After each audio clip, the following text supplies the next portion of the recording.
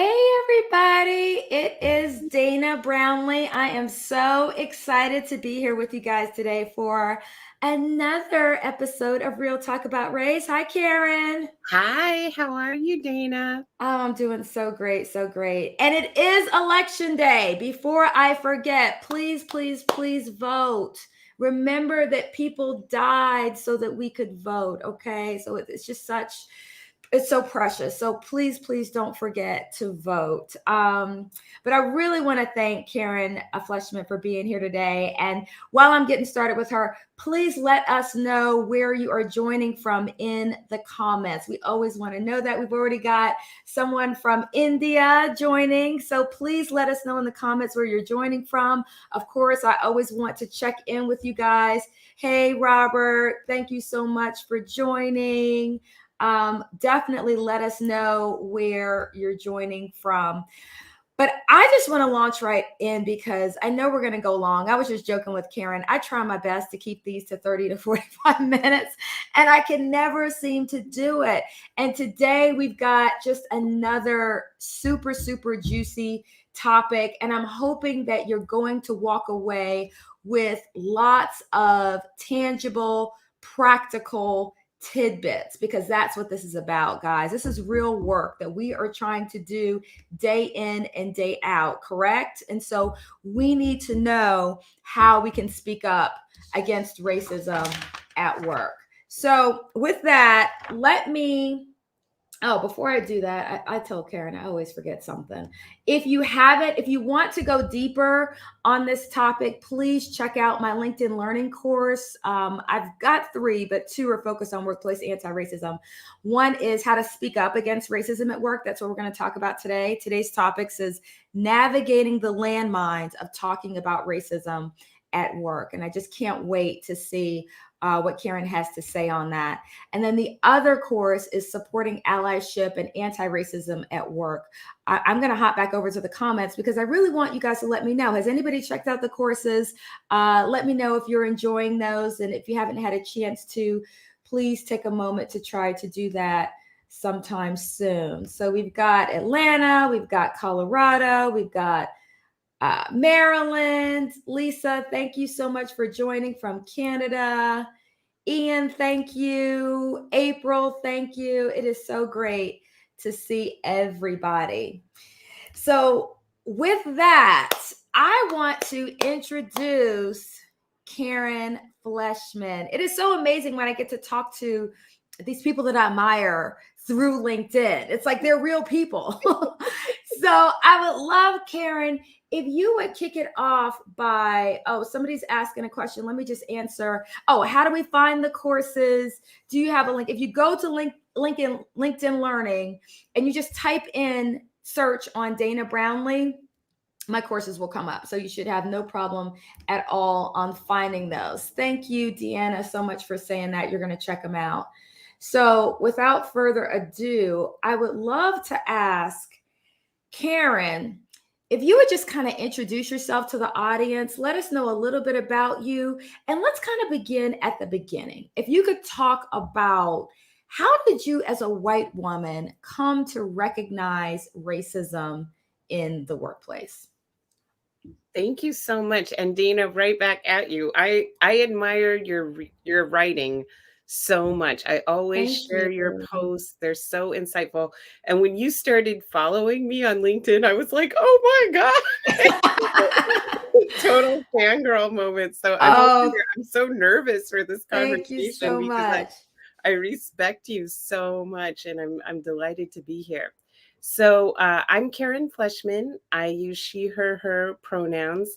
I live in San Francisco, California, Ohlone land, and I am a activist, mother, entrepreneur, founder of Racy Conversations. We are a workplace workshop facilitation company, and we do workshops all across the country in workplaces of every size on racism, sexism, et cetera, the intersections thereof, the history of how we got here, how it manifests in the workplace, and what to do about it to change things. And We how, absolutely need that. yes, yes, thank you. And how I as a white woman came to recognize racism in the workplace is a multi-layered story, but the most direct answer is that prior to founding Racy Conversations, I worked for a decade in the workforce development field. So I was working for the city of New York, helping immigrants become citizens of the United States. When reports came out that said that 50% of Black men in New York City don't have a job, we have almost 200,000 young adult New Yorkers, almost entirely Black and Latinx, who are not in school, not working.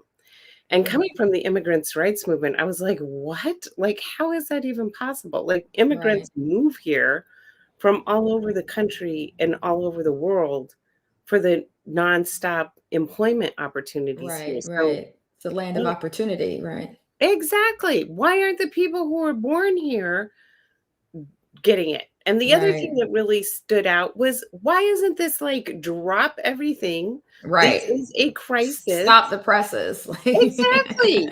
I used to Half of say Black men aren't working. if I were mayor of New York City, I would have a thermometer in my office that would show me how many Black men in New York City were working. And I would judge everybody on, is this thermometer going up or is this thermometer going down? And remind us when this was again?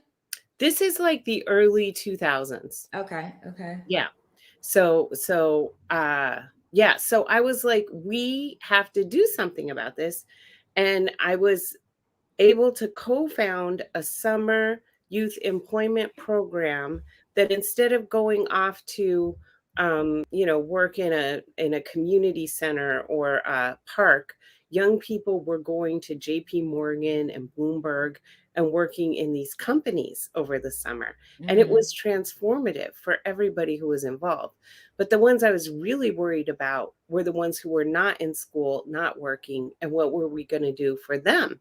And then I right. heard about Year Up, and that is who Year Up serves: young adults 18 to 24 who don't have a college degree, who have a high school diploma or GED, and they provide 6 months of training and then a 6-month long internship. So I was recruited to be one of the founding team members when Year Up expanded to New York City. And that's when I became a mentor. Part of the model of Year Up is that every staff member, even though I was doing fundraising, I had 4 or 5 young adults in every class who were my mentees. So I would be sitting there having coffee with 4 young Black men, just listening to their stories and building Mm-hmm. relationships with them. Mm-hmm. And that is when I really understood what racism Mm, is, listening to their stories and just realizing, first of all, how completely different our lives were, mm-hmm. Right. how I had so many harmful assumptions and stereotypes about them, Mm, that I was part of the problem. And then coming to, so it was one thing when I was mentoring them while they were still in the training phase, but then when they would go off to the employers, hearing what it was like for them at these companies. And that is when I came to realize, dang, we claim that we're serving young people, and in a sense we are, but we are also putting them in harm's way because we're spending all this time preparing the young people for the work environment and no time right. whatsoever preparing the work environment for the young people. And that's when I I decided, love that. Can you say that again? yeah, I We're really, focused on them, getting them ready. I'm saying yeah, it. Getting please them say it. ready for the work environment, but we're not focused on getting the work environment ready for them or creating a healthy environment for them. That is so amazing. Just one thing I want to lift up in what you said.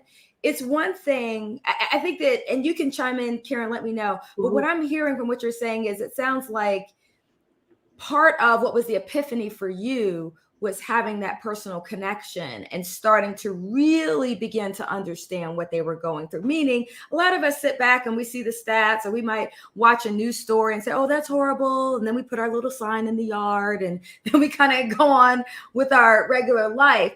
But literally building relationships with these people that did look very different from you didn't just illuminate the struggles they were going through, but also maybe illuminated some internalized racism, or how you were possibly participating in the process, albeit unintentionally or unknowingly. And I think that that's huge. And that's why those personal connections are so important. It's not just about being nice to Black people. That's not so much what it's about, but it's about, and that's why Isabel Wilkerson's a brilliant work, The Warmth of Other Suns, is so amazing. That's why I recommend it so much, because guess what? Virtually everybody in my family is Black. So I'm connected through generations to these stories. But most white people don't have that personal connection. And so it's trying to find a way to bridge that gap. So there is that personal connection. So you have the same, it might not be exactly the same, but you have a visceral response the same way I have a visceral response to some of these challenges. So I love that. That is so true. And that's exactly why I host Interracial Sisterhood events, and I have an Interracial Sisterhood cohort, because I live here in the Bay Area, but 9 times out of 10, if a white friend invites me to something, everybody there is white with maybe a few Asian Americans. And when a Black friend invites me to something, I'm one of maybe 2 white women who are there. Right. And I'm like, we have to get to know each other. Some people don't like this approach.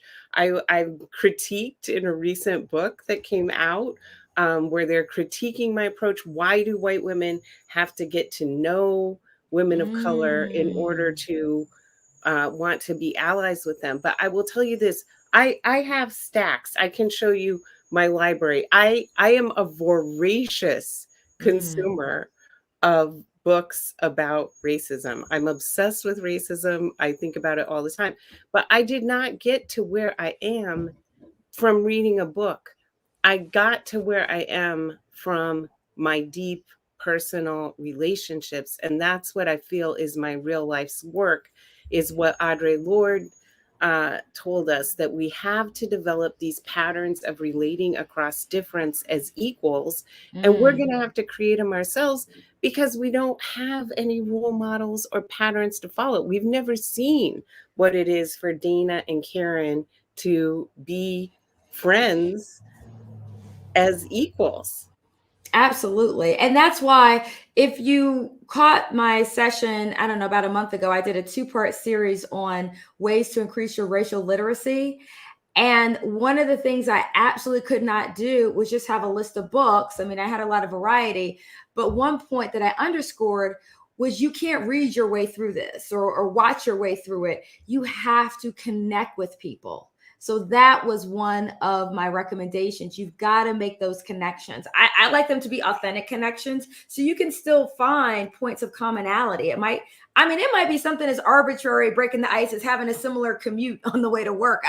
Or growing up in the same, section of the country, or kids playing similar sports, or food, or whatever it is. So I'm all about it being authentic. I'm not saying, go up to a bunch of Black people and say, I want a Black friend. Because they might look at you like you're crazy. But I think there's opportunity there. But this is the problem. It takes effort. For me, it doesn't take effort for me to have Black friends. It just doesn't, because we live in a world where we tend to live pretty racially homogenous lifestyles for a whole plethora of reasons. But to make those multicultural friendships, it really, truly does take effort. And doesn't mean it can't be done. It just means that it absolutely takes effort. Yes, 100%. It requires intentionality, and it particularly requires intentionality on the part of us who have privilege, because, I don't think Dana's going to come to an all-white woman event saying, oh, I want to meet some white women. Let me tell you something. I'm going to say something. We say discuss the undiscussables. My very first Real Talk About Race, I had on this white woman, Vanessa, who had written me about one of my Forbes articles. And she was a white woman in Utah who basically was saying, in so many words, Vanessa, I hope I don't butcher this, but I think this is essentially what it was she had never had a Black friend ever. And she had lived in many multicultural environments, but she just literally had never in her life had a Black friend. And that kind of bothered her. And so we had 2 sessions and we talked through a whole lot of things. If you're interested, go back and watch them. You can always find the replays on my YouTube channel. And I think she had some level of frustration because she kind of was saying to me, because I was admitting that I didn't really have white friends either. I mean, I have kind of 2 personal friends that I would, white friends who, that I would consider personal friends. And at that time, I didn't even have those 2. This is kind of a long story. But she seemed a little frustrated that I wasn't more like, I didn't feel something was missing because I didn't have these white friends. And in a way, I get her point because I'm preaching multiculturalism and I'm saying, you need to make this effort. But at the same time, my perspective is very different. I have grown up in all white environments in many ways my entire life. And so for me, my family's Black, but oftentimes, like, I grew up in an all white neighborhood. I went to mostly white schools. I was in these gifted programs where I might be the only Black person. I was constantly in situations where I was the only Black person. So I wasn't starving, to surround myself with whiteness because unfortunately I had been placed in that situation so many times. So that's another issue. I apologize for getting a little off topic, but I think that, I can just relate so well to what you're saying. So I'd love to now hear, what are a few ways that you've seen racism show up in the workplace? Because I would love people to be able to relate to some of this. Because I think in some ways we feel like racism is kind of this boogeyman, or we feel like it's 100 years ago. But the more we can illuminate what it might look like, because it's not going to look like somebody showing up in a KKK hat or, a white Grand Wizard, hat or whatever it is, calling people the N-word. That's not how it's going to show up. So talk to us about how you've seen it show up. Sure. So let's say you and I enter the workplace together, it's not just the 2 of us. It's all of our ancestors who are with us. It's all of my ancestors going back to Europe and the terrible things that Europeans were doing to other Europeans, the terrible things that white men were doing to white women for hundreds of years before we came to this country. You mean Black women, or did you? I'm talking about my ancestors. Oh, okay. My Now, ancestors. as you're saying this, I know there are people who are going to be saying, well, wait a minute. What do you mean by that? Like, I'm not responsible for, what my great, great, great grandfather did. So elaborate on that a little bit. I'm not saying you're responsible for what your great, great grandfather did, but his spirit lives in you. You came out of his chromosomes, and it's still in our bodies as white people, right? It is very much in our bodies. And same with you. Your ancestors going all the way back to Africa, and the way that people related to one another in Africa with so much dignity, respect, equality across gender, et cetera, et cetera. And then the Middle Passage.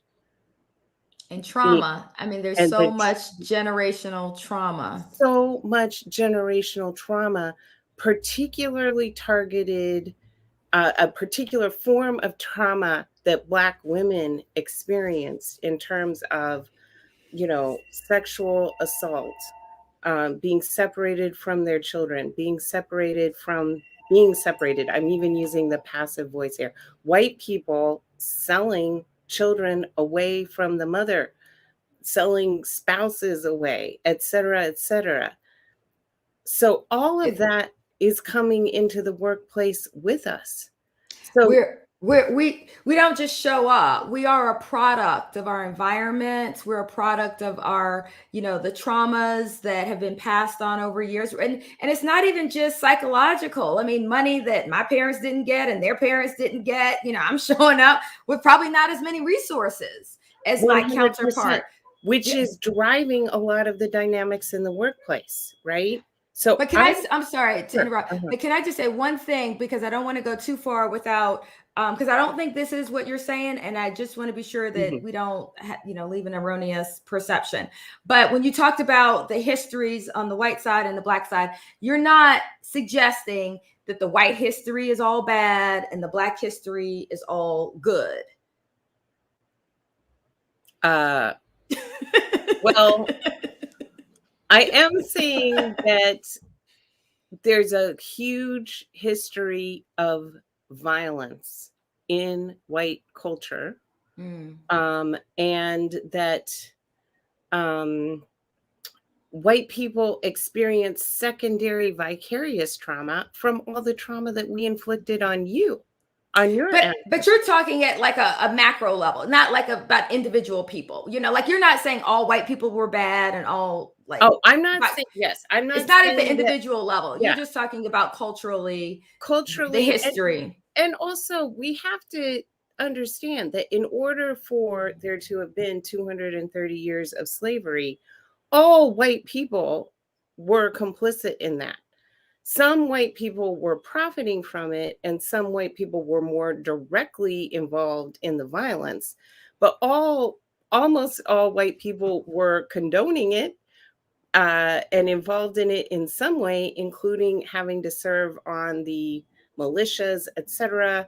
And white women were literally imported to this country to keep this system going and to police black people. It was the system. It was the system of the time, and it was a system of white supremacy, and it was a system that white people benefited from. And one thing that I think that people fail to realize is even when people, and it's not to say there were not some people who abhorred the system or detested the system, but even people who were abolitionists. Just because you were an abolitionist did not mean that you necessarily believed in equality. There were many abolitionists who just hated slavery. Yes. Okay. But they would readily say Black people are not equal to white people. They still were not trying to commingle and intermarry, all that. And they even Lincoln wanted Black people to move to Africa. They didn't want absolutely. So I get what the point that you're making. So let's talk about the workplace. How else do you see that racism is kind of showing up? So in many ways, number one, in lack of representation to begin with, so that there's relatively few Black people of color in this large sea of white faces and Asian faces, even though Black people make up 13% of the population of the country, and among younger generations, now 47% of Gen Z are people of color. But do we see 47% of the incoming people into the workplace as being people of color? No. So oftentimes then a person like me will be in a position of authority, and a person of color will be in a more entry-level position. Sure, white people will be overrepresented in leadership. Yes. And Black people or people of color will be underrepresented in leadership. And then, or if you look at the Fortune 500, white men are really only about 30 to 33% of the population. But they're clearly overrepresented in positions of power. They're, over 85% of Fortune 500 CEOs. So absolutely. And so that not only are they underrepresented, but they are undercompensated, underpromoted, often like for the same position, they'll enter at relative parity with Right. white people. And then the white, Right. especially the white man, will get promoted to a managerial position. Right. And then it starts They fly to, up the ladder, and exactly. some people Well, can say stay more mhm, stagnant. There's a question here that I wanted to get to before we mhm. move too far. So she wants you to elaborate on what you meant when you said whites experience trauma because of the trauma we inflicted on Black people and other people of color, or maybe I just remembered or interpreted it incorrectly. Yeah. So the whole system of land theft, genocide, and slavery required tremendous violence to uphold. That is how, so whether it was gun violence, sexual violence, lynchings, etc., etc. So white people were engaging in that violence, were the perpetrators of that violence. And every time you commit a violent act, you are experiencing secondary vicarious trauma from either committing that act or being someone observing someone who's committing that act and not doing anything to stop it. And Let so me, all of yeah. that trauma is still in us. I mean, think about it just logically. If you're abusing somebody, if you are literally lynching somebody, that is a traumatic experience for everybody involved. And for those who are unaware, for the 8 decades or so that lynching was a serious problem in this country, which really was kicked off after emancipation because the South was so upset. I mean, think about, they had free labor for 246 years. And now all of a sudden you're telling me, and I was at the top of the food chain. Now you're starting to talk about equality and I don't have my free labor anymore. And of course they didn't, they weren't as, focused on lynching Black people prior because those were their assets. For many white people, that was the most valuable thing they had was slaves. So it would be like burning down your own house. I mean, you just wouldn't do that. So, I mean, not that certainly the lynching didn't happen beforehand, and certainly the slaves were treated horribly, but it really kicked off after emancipation. And for those who don't understand just how horrific lynching was, it wasn't just the individual, it wasn't just an individual thing. Lynchings were events that it was almost like a carnival. And you can pull up pictures, go to the Equal Justice Initiative, EJI.org. They have a whole lynching report, and you will see people who their entire family came to watch the lynching. They were serving, I'm about to say hot dogs and hamburger. I don't know what they were serving in the 18 and 1900s, but it was like a carnival style atmosphere. And then they took pictures and they took pieces of the person's body and sold them or gave them away as mementos.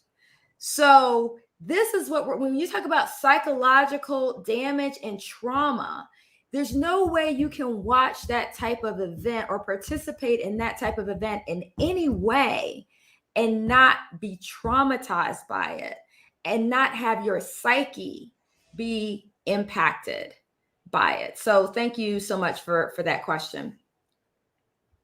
Yeah, and also want to point out that it wasn't solely a Southern phenomena. It was all over the West, the North, where immigrants, white immigrants felt threatened by Black labor, and this could ignite really, really quickly. Absolutely. So as always, I'm always running out of time. Okay. So I want to, okay, do you want to finish up real quick? And then I have got to get to these other two questions that are just so important. I want to be sure you answer. Let's go. Let's roll. Oh, you want to, okay. I want to ask you this one because we have to hit this question is because I can't answer this question as well as you can, certainly. How should a person receive feedback when they're told that they have caused harm? Because I've never been a white person, but I can imagine that is an unsettling experience when you feel that you're either being called out or in some way someone's insinuating that you did something inappropriate that was racial in nature. And I would love to hear your thoughts and suggestions and comments about how to receive that feedback. Yeah. So I think this is one of the most important things that we can do as people with privilege, any form of privilege, is to learn how to receive feedback with grace when someone points out that we've caused harm. Because it's a tremendous act of courage, and it's actually a real gift that someone points this out to our face, even if they point it out in a way that sounds harsh. Mm-hmm. Don't let that overwhelm you. And I know it's super embarrassing. I've been on panels where I've done something harmful, and I have too. yes. And I wanted, a giant hole to just open up and swallow me. But I took a deep breath, and then I said, thank you. Thank you for pointing that out. I'm sorry. And I name what I did that was harmful. And then I say, I'm going to work on myself and not do that again. And I don't burden the person who pointed it out to me with educating me on what it was that I did was harmful. I go and do that research myself. I don't expect comfort or, try and blame her or deny, deflect, defend, any of that. Don't do any of that. Okay. If you're still confused about why what you did was harmful, I would call a friend who's a little more. Absolutely. That's why it's so helpful to have these multicultural friends. Exactly. And then often a couple weeks later, I'll go back to the person who pointed it out to me and say, I would just want to thank you again for pointing that out. If you had not done that, I would still be engaged in that behavior. As a result of your act of courage, I have changed, and I truly appreciate you for letting me know.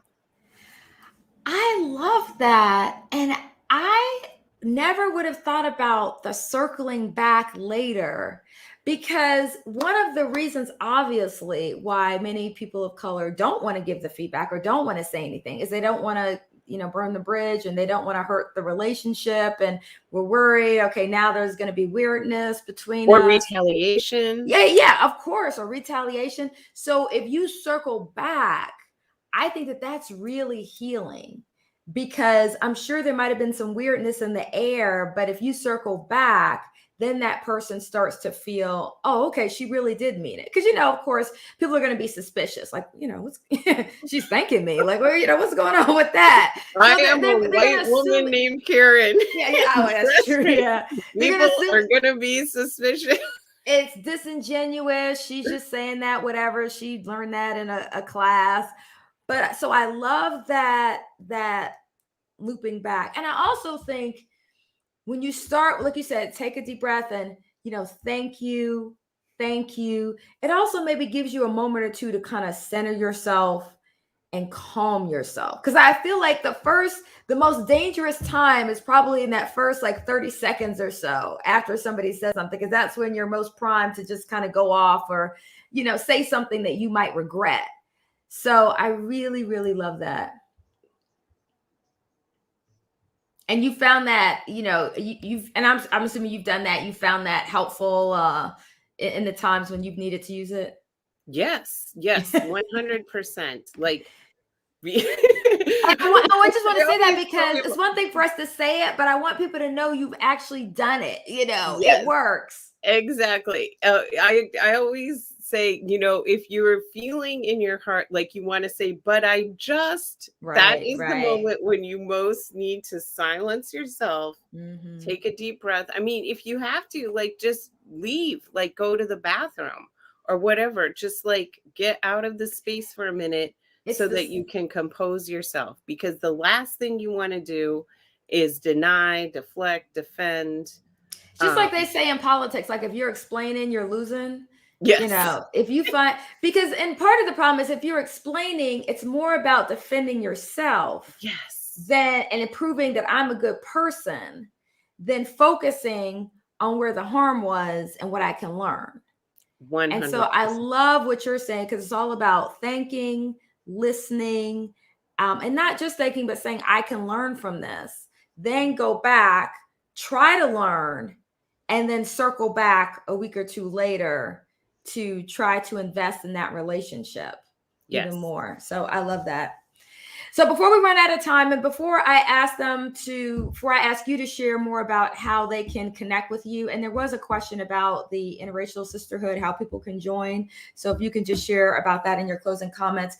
I do want to ask you to just spend a few minutes talking about a few techniques that allies can use to speak up against racism at work with confidence. Awesome. So I think the first thing is, you have to be present. So if you are, focused on your quarterly OKRs, or you're hungry, or you didn't sleep well, or you got to go pick up your kids and take them to the game, whatever it is, you're not being fully present, and you're not going to be paying attention to the dynamics that are going on in front of you. So take care of yourself so that when you're in work, you are fully present. And then pay attention to the vibe. Okay. Pay attention. I think we also get so focused on, objectivity and data or whatnot, but read the emotional feeling in the room. And when you hear something or feel something that makes you go, pay attention to Or you how can notice the difference. Like, yes, wow, it's different how they responded to her versus how they responded to everybody else. exactly. So if you're in a real time situation and you need to say something, one framing I really like is, I couldn't help but notice. I couldn't help but notice Dana has been trying to make a point here. Why don't we listen to what Dana has to say? Or I couldn't help but notice that Dana presented that idea a little while earlier. Why don't we go back and hear what Dana had to say about that topic, right? So I couldn't help but notice is a good real-time thing. I love that. And it's less threatening. I think it provides you a nice kind of easy way. Hey, God, couldn't help but notice we haven't heard from Dana yet. I'm just wondering what her thoughts were. I love that. Yes. Or I couldn't help but notice you just called Dana by our other colleague's name. I saw somebody post about that like literally 2 hours ago. So yeah, and I love that because it calls it out. It's real time, so we're not sticking our head in the sand or not. And this is, I think, I'll speak for myself. What irritates me sometimes is the ally who tries to give you the support after the meeting's over in the break room, and I'm like, well, where were you, 20 minutes ago? So, so that way it's calling it out, but in a, softer, gentler way. I love that. Yeah.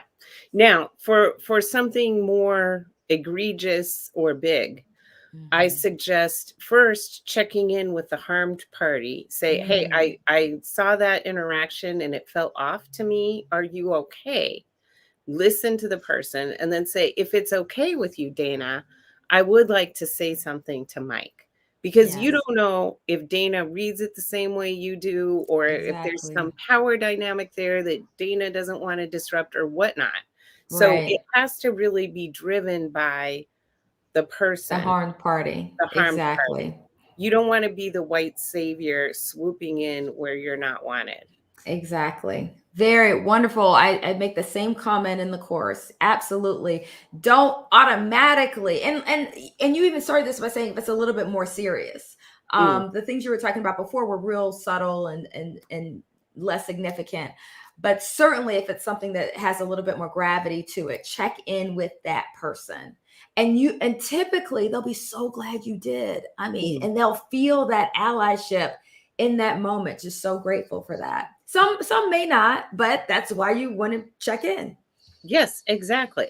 And then I would go, if you have permission, I would go to the person who caused the harm and pull them aside too.